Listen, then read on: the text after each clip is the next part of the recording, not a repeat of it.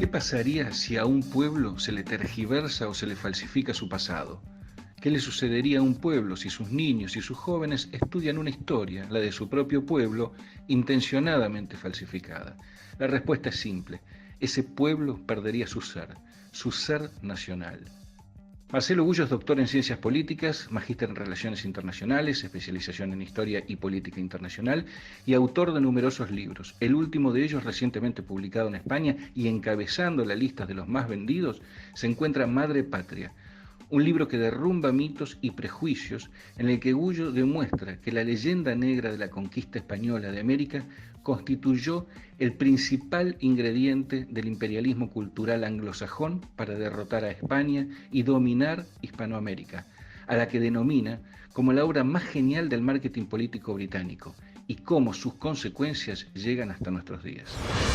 Marcelo, has comenzado no sé cuánto tiempo atrás una tarea y un trabajo enorme que lleva como conclusión el libro Madre Patria, que ha sido presentado, lanzado en España en mayo de este año y que esperamos llegue a la Argentina pronto. Y digo que es una tarea enorme, no solamente por la complejidad de todo lo que estás tratando ahí, sino porque das con el corazón de una de las grandes construcciones que se han logrado imponer a lo largo de, yo diría, de siglos, y que vos denominás la leyenda negra, y decís, en este libro Madre Patria, decís desmontar la leyenda negra desde Bartolomé de las Casas hasta el separatismo catalán, y rompés el gran mito de lo que ha sido la decadencia española, del imperio español, que entregó prácticamente a la Argentina y a América Latina, que no supieron conservar su imperio, y lo catalogas como la gran construcción, el gran triunfo del marketing británico. Pero más que hacer yo esta introducción, contanos un poco cómo surgió esta idea, este trabajo, el tiempo que te tomó y cuáles son los puntos claves de este enorme laburo. Bueno, este trabajo, en realidad, si me preguntás cuándo surgió, porque todo es una cosa de acumulación de conocimiento, acumulación de dudas, de muchas dudas, ¿está? Y de pocas certezas. Este trabajo surgió en realidad una tarde, la tarde que yo me hago peronista, tenía apenas 18 años y compro por casualidad en los libros de usado un libro de Juan Domingo Perón que se llama La comunidad organizada y otros discursos académicos. En ese libro estaba el discurso de Juan Domingo Perón siendo presidente constitucional de la República el 12 de octubre de 1947. Yo me llevé el libro a mi casa era una familia absolutamente antiperonista, donde la sola palabra de Perón era un pecado mortal.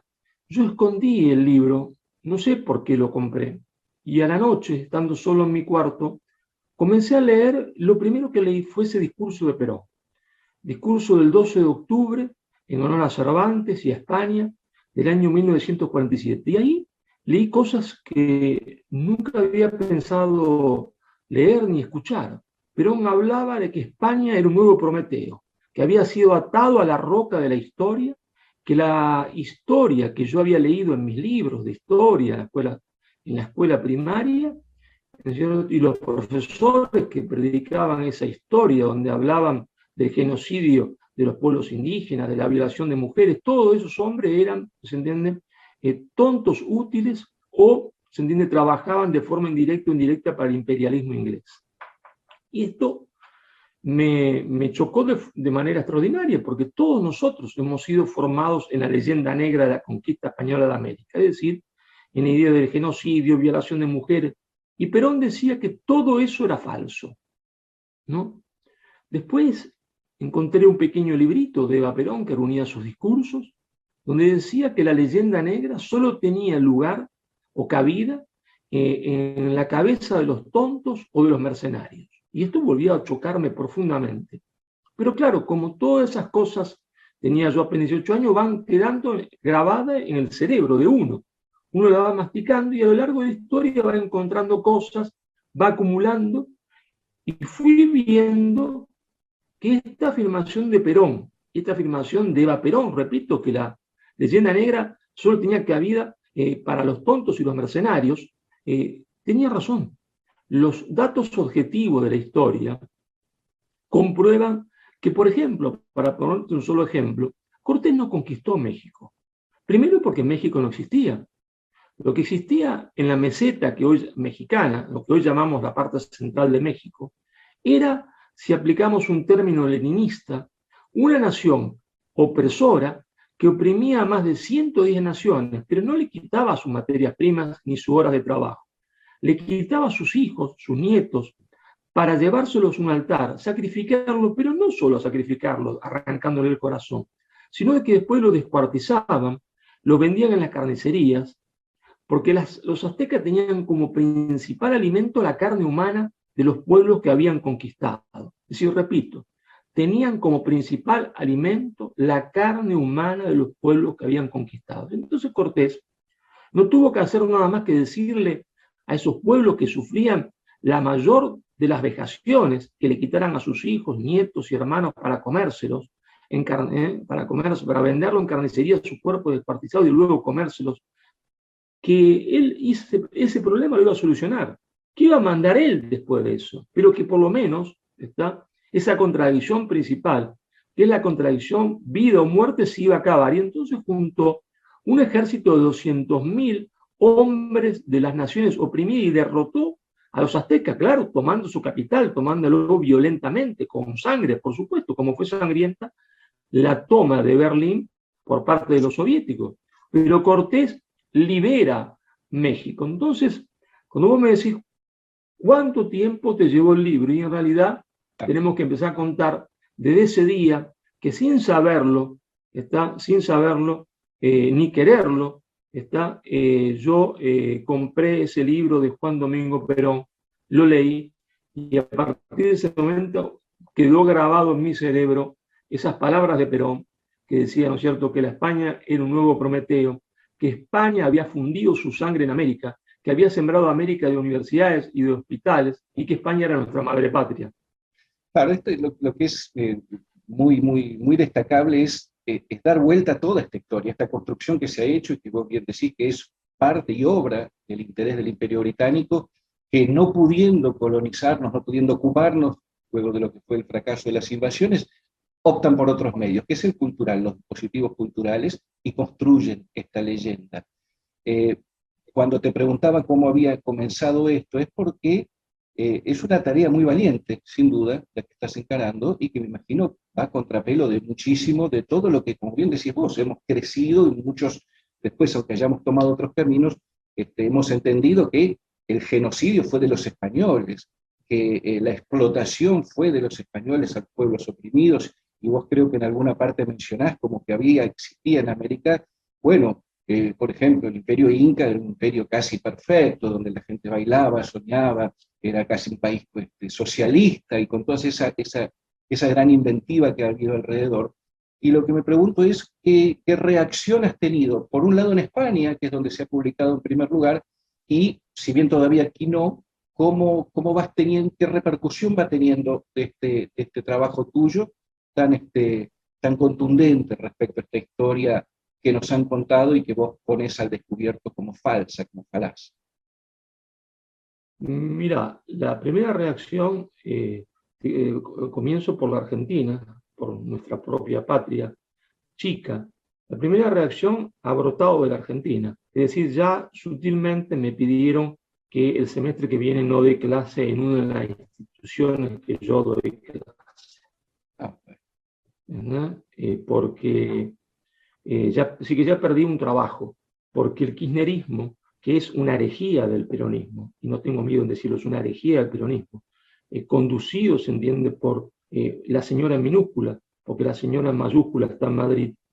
¿Qué piensa esa señora en minúscula? Todo lo contrario sobre la conquista española de América de lo que pensaba Eva Perón. Se opone a todo el pensamiento de Eva Perón, es omnipresente en Argentina, y ya en una de las instituciones me dijeron que no trabajara más. Esa es una reacción obviamente perjudicial para mí. Las reacciones en España, ¿no es cierto? Hasta ahora desde el punto de vista emotivo, porque no tiene otra cosa que el significado de la emoción, son muy positivas, porque el libro llegó a estar 2 semanas primero en venta en las librerías de Madrid, en lo que son libros de ensayo, de historia, por supuesto, no en los libros generales, pero contando las novelas eróticas, contando los cuentos, los libros para adelgazar, de autoayuda, llegó a estar 2 semanas en el puesto número 5, lo cual es muchísimo. Si vos tenés en cuenta que se trata de un autor desconocido en España, que no lo conoce nadie en España, y que llega a España y aparentemente como un huracán, ¿no es cierto?, penetra en España y llega en 2 semanas por lo menos, después por supuesto bajó al puesto número 60 y pico, al 5º lugar de los libros más vendidos en España.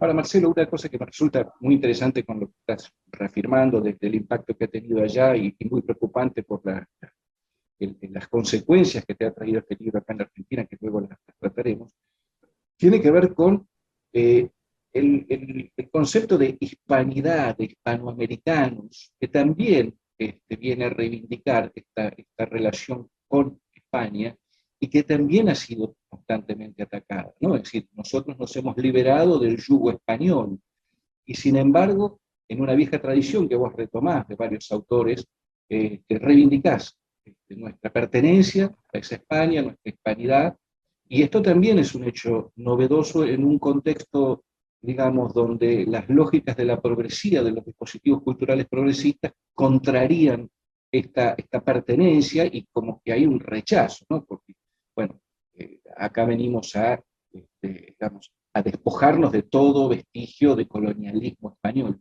Pero contanos un poco de esta recuperación, de este sentido de la hispanidad. Bueno, tenemos que decir primero que cuando hablamos de hispanidad, lo primero que me gustaría aclarar, nosotros incluimos a nuestros hermanos brasileños y a nuestros hermanos, se entiende, portugueses, porque la Hispania romana, donde viene hispanidad, si no sería españolidad, ¿está? Nada más que los burros no lo saben. La Hispania romana incluía tanto a Portugal como lo que hoy es España. Entonces, lo primero que me gustaría aclarar, cuando decimos Hispanoamérica o hispanidad, incluimos tanto a los países hispanoparlantes como a los países lusoparlantes, que es, ¿no es cierto?, el Brasil.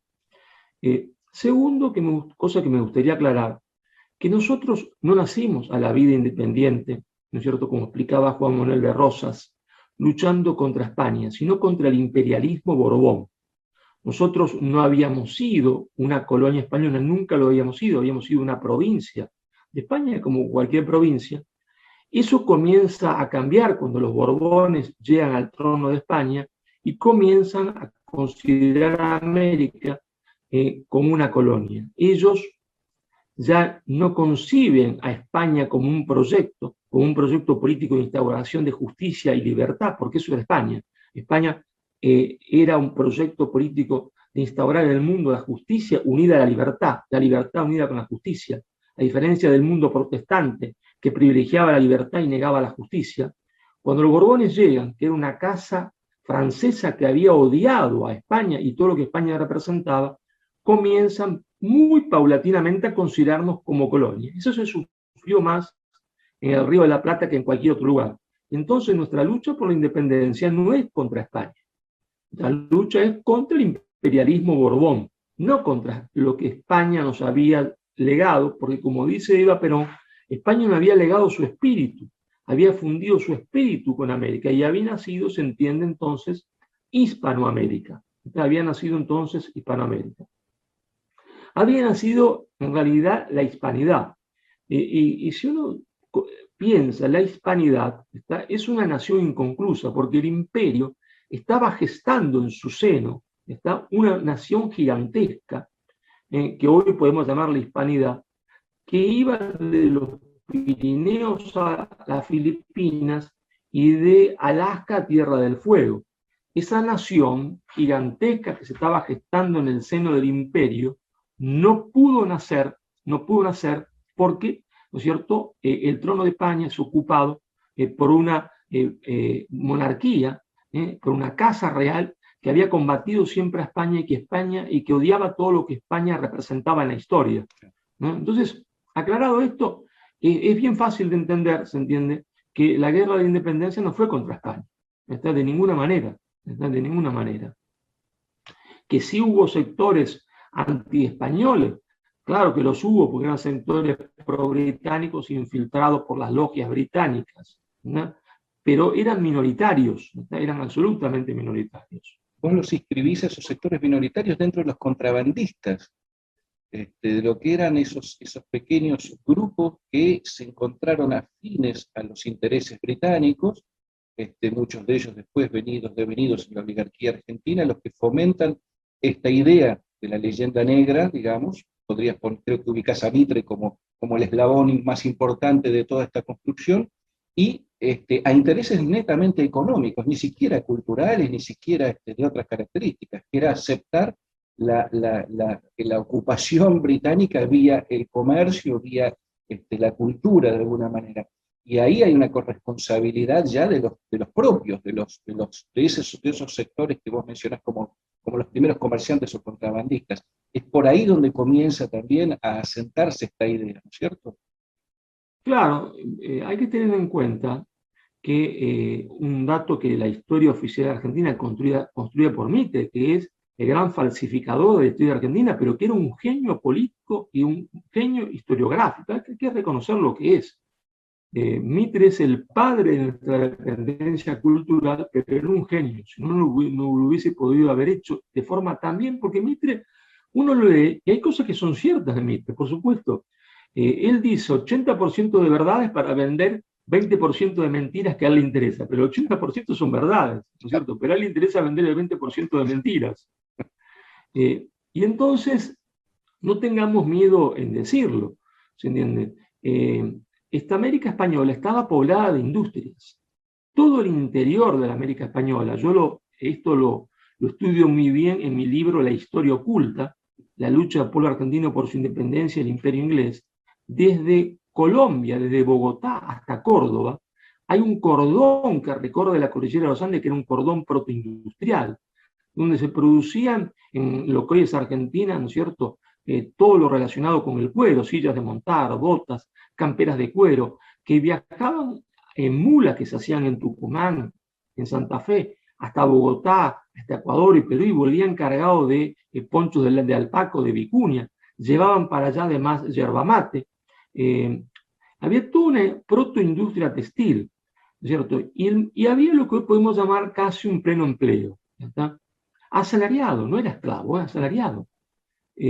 Claro, en la periferia de este cordón protoindustrial se encontraban las polis oligárquicas, pequeñas ciudades miserables, aldeas de barro, como era Buenos Aires, que era una aldea de barro, de cara al mar o al río Mar, como era el Río de la Plata, Caracas con su puerto, Santiago con su puerto de Valparaíso, Guayaquil, y ahí de cara al mar empiezan a aparecer unos sujetos que no son los fundadores de la ciudad, que han llegado tarde, se entiende, a la ciudad después de la fundación, pero que han llegado con algo de capital, que han llegado con una relación con ya anterior con los ingleses y que se empiezan a dedicar al contrabando, a introducir mercadería de contrabando, y como toda actividad ilegal da mucho dinero cuando se paga impuestos. Se hacen ricos y ellos ven, en 1810, cuando Napoleón invade España, la posibilidad de convertir lo que era una actividad ilegal en legal. Es como si los narcotraficantes en Colombia, en México, vienen ahora, que ya son multimillonarios, no necesitan más plata, vienen la oportunidad de convertir el tráfico de cocaína y marihuana en legal. ¿Por qué le interesaría esto? Para decir, bueno, todo lo que hemos hecho antes en realidad era legal. ¿De qué nos van a acusar si en el fondo estábamos haciendo un favor? Somos un adelantado a la legalización. Y entonces la oligarquía argentina, estos recién llegados al puerto de Buenos Aires, o a Caracas, o al Paraíso, a Guayaquil, van a jugar su alianza con Inglaterra, ¿no es cierto?, a jugar su alianza con Inglaterra para establecer el libre comercio, pero a su vez, mimetizados con los ingleses, asumen la leyenda negra de la conquista española de América, que era la primera fake news de la historia, y se desarrolla a partir de los primeros días ya una guerra civil entre este cordón protoindustrial, ¿no es cierto?, y las polis oligárquicas.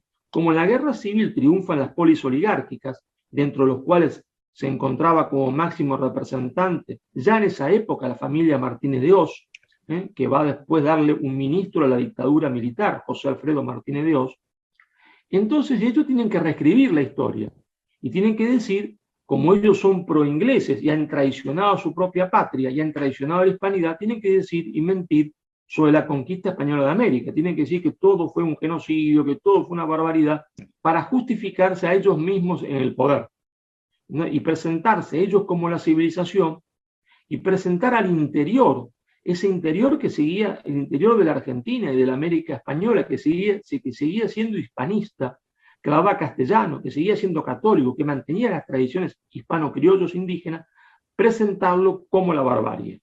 ¿Está? Y es lo que hace Sarmiento, cuando dice, ¿qué es civilización? Civilización es Inglaterra, barbarie es España. ¿Qué es civilización? Civilización es el idioma inglés, barbarie se entiende el español.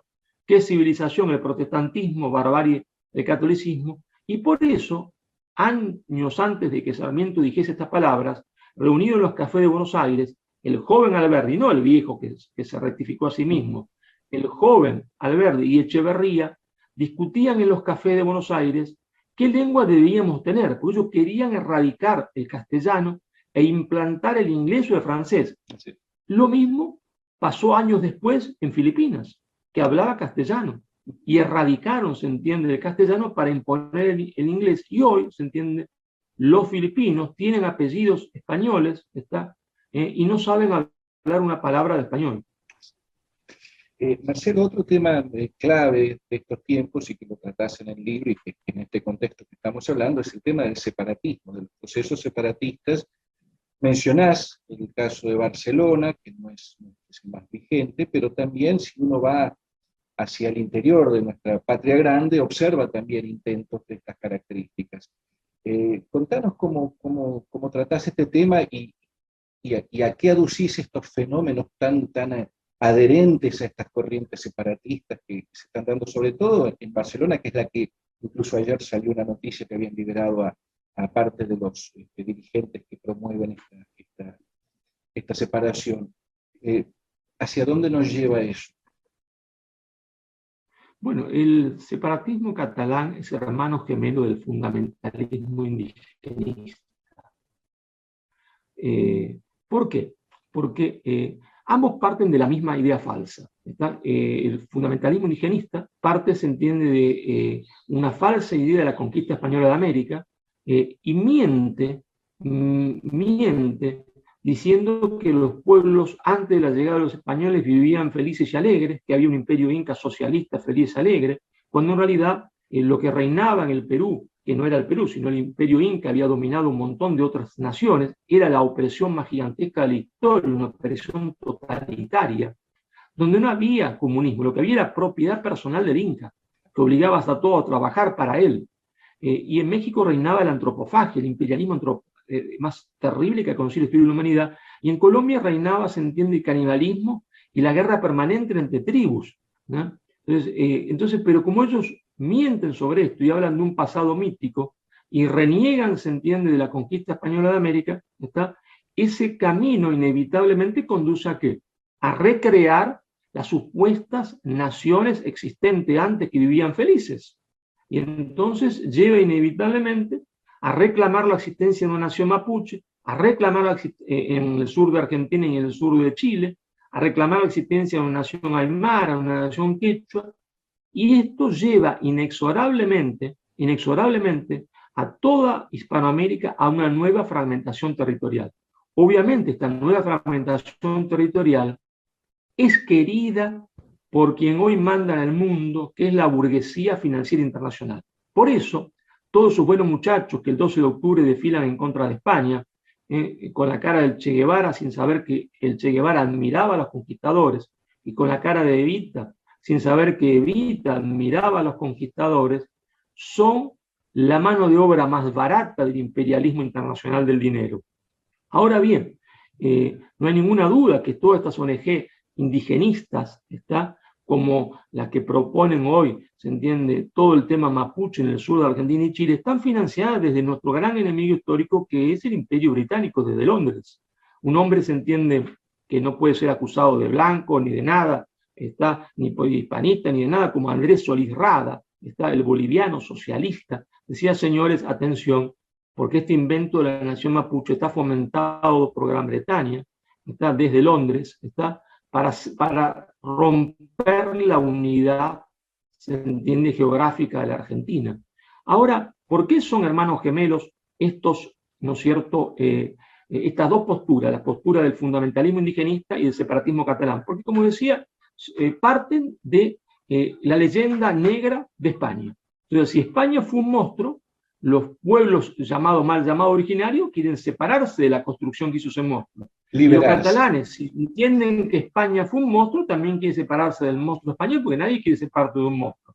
Y como los dos están financiados, y no tengamos miedo en decirlo, por la oligarquía financiera mundial, ¿está? Los dos reciben dinero, eso lo podemos ver porque nadie se han atrevido nunca a desmentirlo, porque está en los libros en Buenos Aires. Todas estas ONG reciben dinero de los grandes filántropos, entre comillas, que son los dueños del capital financiero internacional, responden a los mismos intereses, es decir, dividirnos para hacernos aún más dependientes, que es lo que le conviene a esta oligarquía financiera internacional. Marcelo, para ir concluyendo y no sacándote mucho más tiempo, me gustaría llevarte un poquito a la política argentina actual. Hace no muchos años te escuché una frase que es muy sorprendente por la contundencia. Vos dijiste, en la dirigencia política es difícil encontrar un político que sostenga una conversación por más de 30 minutos de política sin caer en hablar de autos, fútbol o mujeres.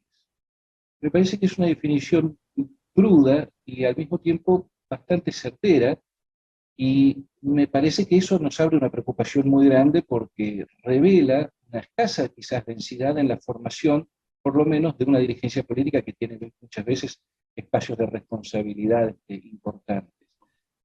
Vos has viajado, tenés una relación muy frecuente con España.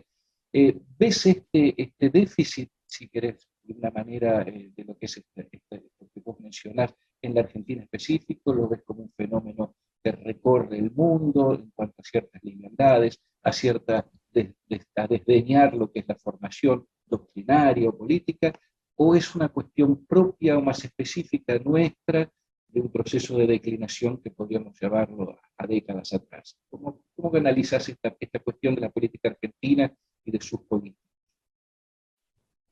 No, es un fenómeno que recorre el mundo, porque es incomparable, se entiende, la figura, se entiende, del actual presidente de Francia, Macron, con, por ejemplo, François Mitterrand, que fue 14 años presidente de España socialista.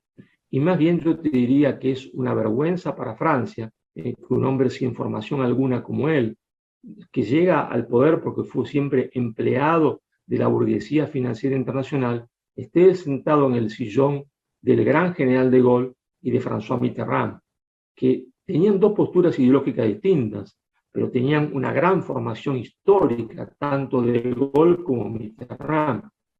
Y te diría yo también que es incomparable, la figura política del actual, se entiende, dirigente máximo del PSOE en España, con Felipe González o Alfonso Guerra. La distancia cultural, intelectual que separa a Alfonso Guerra con respecto a la actual dirigencia del Partido Socialista es la misma distancia que separa la Tierra de la Luna. Pero por otra parte podemos decir que ese fenómeno mundial se acrecenta en Argentina porque nuestra dirigencia no lee libros, los hombres prefieren hablar de lanchas o de fútbol, y las mujeres, se entiende, comprar carteras y leer la revista Hola. Entonces eso se acrecienta en Argentina y toma un carácter patético porque tenemos que decir, ¿no es cierto?, que hay dos presidentes argentinos, un presidente que no trabajó nunca porque vivió siempre de su marido, y uso presidente y no presidenta porque es un error decir presidenta, como la señora quiere que le digan, es presidente, no presidenta. Y nosotros hablamos castellano, no el invento de lengua que quiere imponer ella. No trabajó nunca, vivió siempre de su marido. Su marido sí había trabajado y había militado políticamente. Todos los puestos se los regaló el marido y no trabajó nunca. Y después tenemos el caso de Macri, que tampoco trabajó nunca, vivió siempre del papá, ¿está? Y de los puestos que el papá le daba, ¿no? Y creyó que podía ser presidente, porque había sido presidente exitoso, quiero decir, porque presidente también fue de la Rúa, presidente exitoso porque había sido presidente de Boca. Y ser presidente de Boca y querer ser presidente de la Argentina es lo mismo que ser campeón de mete gol y después querer ir a jugar un partido, se entiende, de la selección nacional, ¿no? Son dos cosas distintas. Entonces, esta crisis universal se acrecienta en Argentina, ¿no es cierto? Porque nuestra dirigencia prefiere hablar de lanchas, leer la revista Hola para ver cuál es la última cartera o traje o zapatos o vestido que hay que comprarse. Y eso, se entiende, nos lleva a una decadencia inevitable si no logramos crear una nueva liga de conducción. Marcelo, tengo entendido, y eso lo escuché en una entrevista que hicieron hace poco, tu intención de introducirte formalmente en el terreno de la política competitiva, es decir, posiblemente como candidato en próximas elecciones del mes de noviembre. ¿Esto ya es una decisión o es una posibilidad que estás considerando? No, esto es una decisión de pasar a la arena política para intentar terminar, se entiende, con esta decadencia a la cual nos ha llevado, por un lado, el neoliberalismo y por otro lado, el progresismo. Porque el neoliberalismo ha destruido materialmente al pueblo argentino, cerrando sus fábricas y sus industrias, y el progresismo kirchnerista lo ha destruido espiritualmente, estableciendo el principio de la relatividad, de que no hay historia sino relato, de que no hay verdad sino posverdad, y estableciendo, se entiende, por ley, ¿está? Y obligando a que así sea, que la gallina puede ser llamada gallo por su solo deseo, y que el gallo tiene que ser llamado gallina porque a él se le ocurra, se entiende que es una gallina, estableciendo de esta manera la confusión de los conceptos, ¿está? Y la relatividad de los valores. Y cuando hay relatividad de los valores, entonces los jóvenes entienden que no hay nada por qué luchar en el mundo, porque la verdad no existe. Y si la verdad no existe, no existe tampoco el concepto de patria, la verdad como patria, y lo único que existe es salvarse a sí mismo. Entonces, vamos a dar este paso, se entiende, para pasar a la arena política con un partido que es un partido provincial por el momento en Santa Fe, que se llama el Partido Popular. Ahí vamos a tratar, por un lado, de juntar y representar a lo que fue siempre el peronismo, y a representar a nuestro pueblo, que solo pide dos cosas. Nada más, nuestro pueblo no pide cosas, no pide milagros. Nuestro pueblo pide solamente trabajo y seguridad. Seguridad y trabajo. No quiere planes sociales. Quiere que le den trabajo. ¿Está? Y no quiere, se entiende, grandes cosas. Quiere llegar a su casa y, como hacía en las tardes de verano, sentarse en la puerta de su casa a tomar mate tranquilo con su esposa y con sus hijos, sin que pase un motochorro, se entiende, empuje la abuela y le haga caer y romper la cadera, y termine, se entiende, asaltando la casa. Si nuestro pueblo sencillo pide lo que pidió siempre, la oportunidad de tener trabajo y la oportunidad de vivir tranquilo. Muchas gracias, Marcelo, por tu tiempo. Los que quieran la doctrina de Perón, que se suban al